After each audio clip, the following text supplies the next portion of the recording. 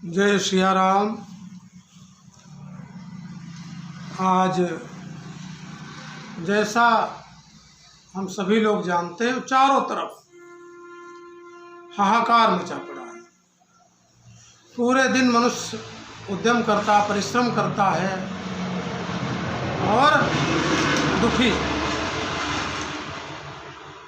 कभी अपने परिवार से दुखी है, कभी अपने शरीर से दुखी है, कभी चारों तरफ के वातावरण से। इसका दुख का कारण क्या है? देखो, व्यक्ति को चाहिए कि उसकी मेहनत परिश्रम से जो मिलता है, जितना वो कमा सकता है, उसी से अपना भरण पोषण करे, उसी से अपने परिवार का भरण पोषण करे। चोरी, छीनना, बेईमानी करना और अपने बल प्रयोग से किसी धन को हड़प करना, ये सब क्या है? अपराध है।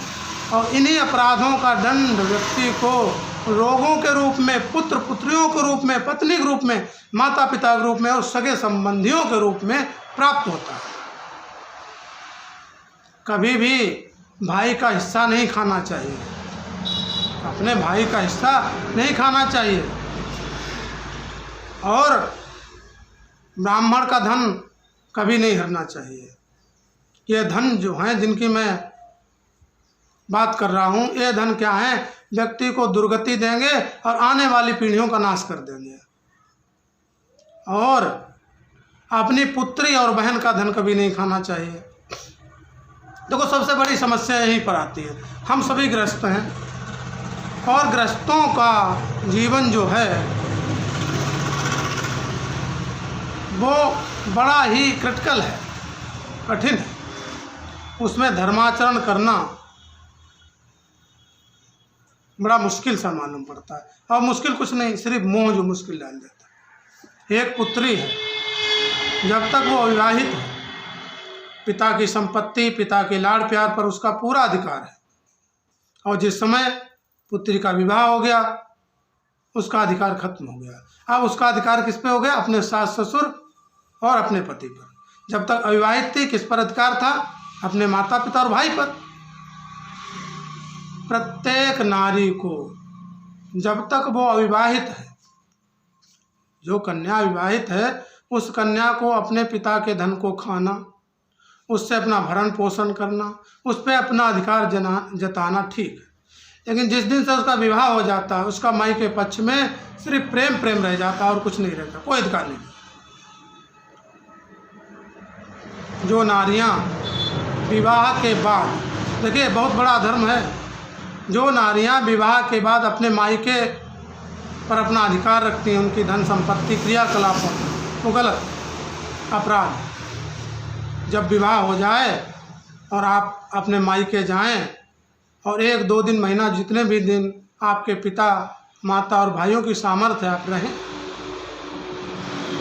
और जब वो आप चलती हैं कुछ देना चाहें तो उसे लेना चाहिए। मैं नहीं कहता नहीं लेना चाहिए, लेकिन एक बार उनसे पूछ जरूर लेना चाहिए, पिताजी या भैया, क्या ऐसा तो नहीं आप हमें पूरा बांधे दे रहे हैं, फिर घर में खाने के लिए, बच्चों के लिए कुछ परेशानी हो।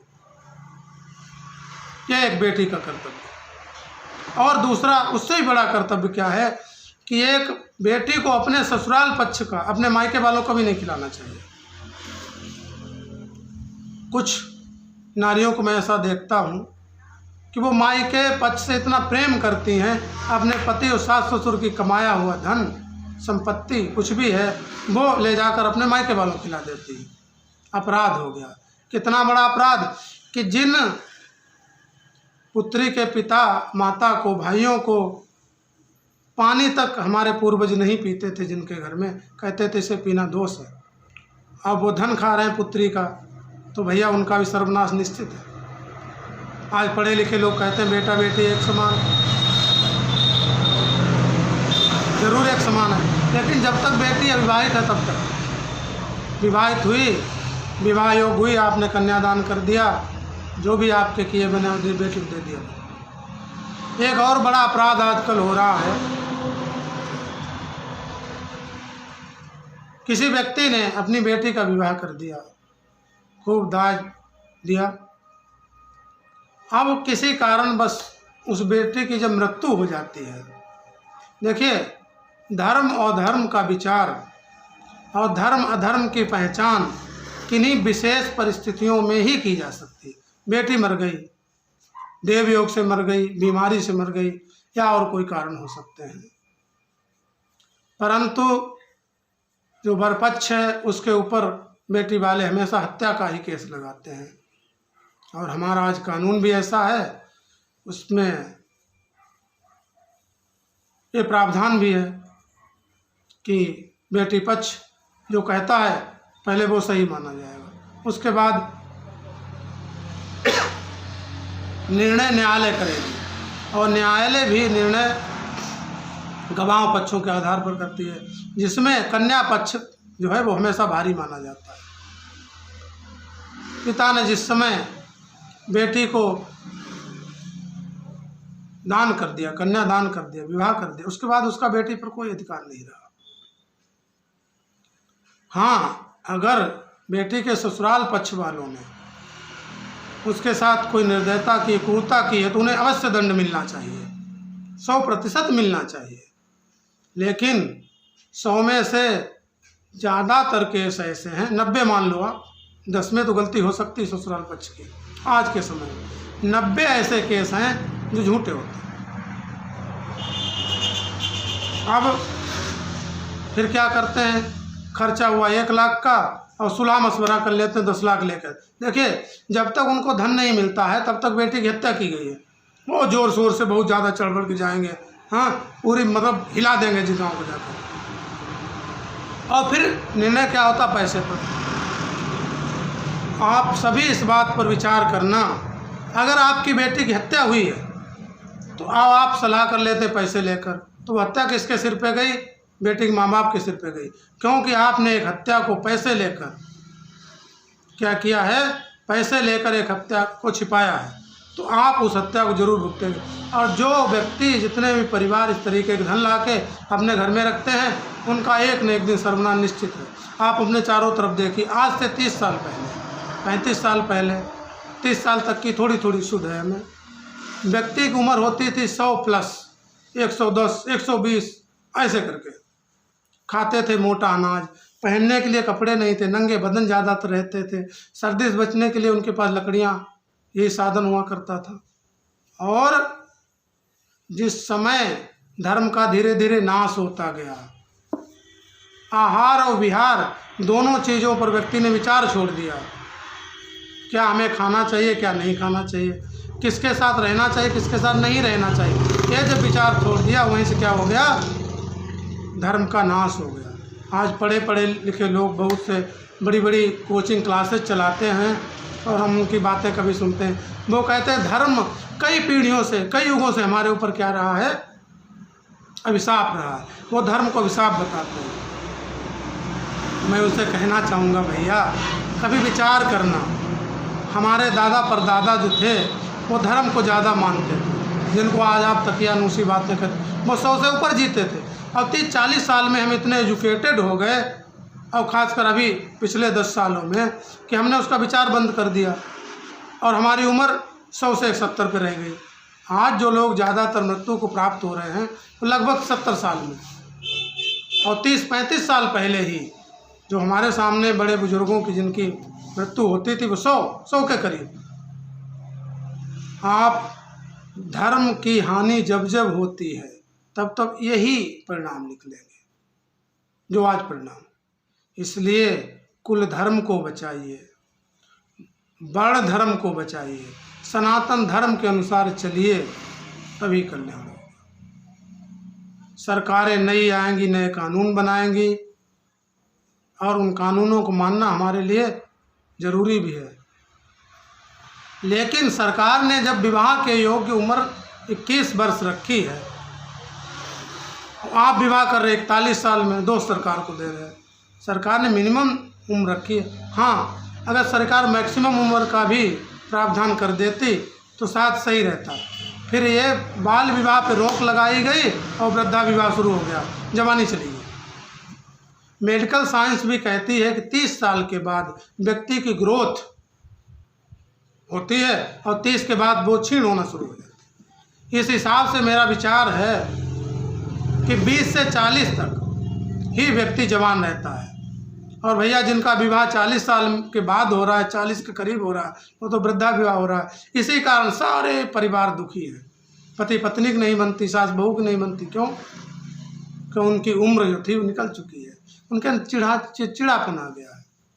साइंस कहती है एक माँ का शरीर 21 साल के बाद परिपक्व होता है, जिससे संतान की उत्पत्ति हो। और हमने जहाँ तक देखा है,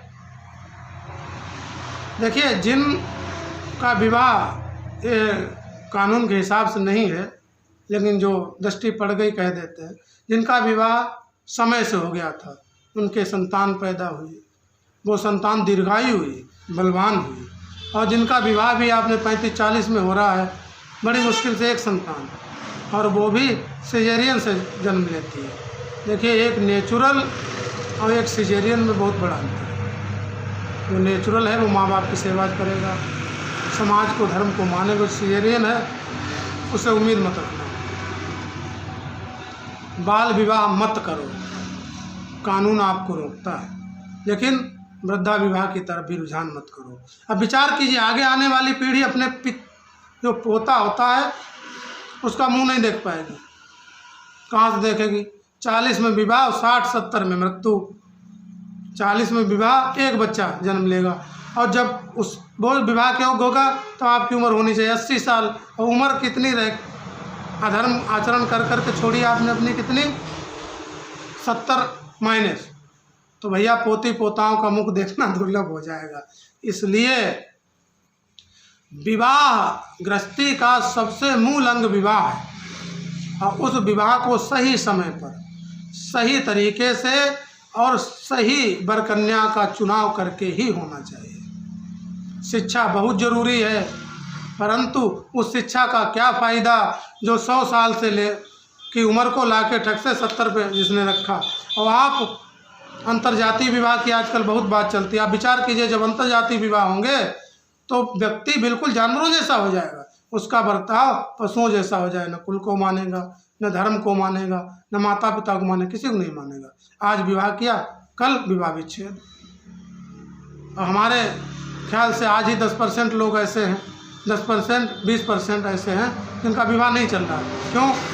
विवाह का असमय होना और विवाह का उम्र निकलने के बाद होना, या उसमें शिक्षा भी एक कारण है। शिक्षा जो होनी चाहिए वो नहीं होती। बहुत ज़्यादा डिग्रियां प्राप्त करने से व्यक्ति सरकार के किसी ऊंचे पद पर तो जा सकता है, लेकिन बिना भगवत भक्ति और बिना शास्त्रों की आज्ञा के वो एक अच्छा इंसान नहीं बन सकता है।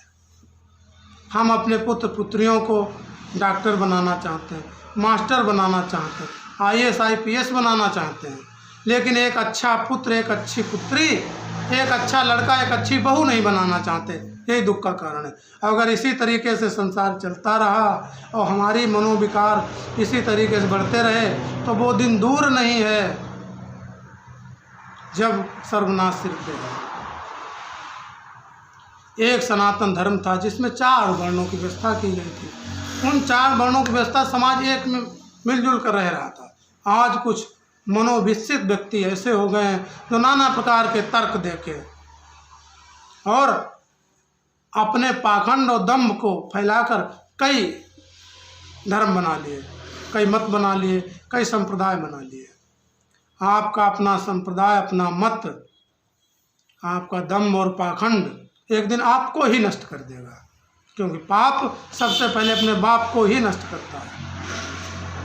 इसलिए पैसे का लालच इतना मत करो, काम क्रोध में इतने मत फंसो कि आगे चलकर जिस पीढ़ी को हम सुरक्षित रखने के लिए सब करना चाहते हैं वो पीढ़ी खत्म हो जाए।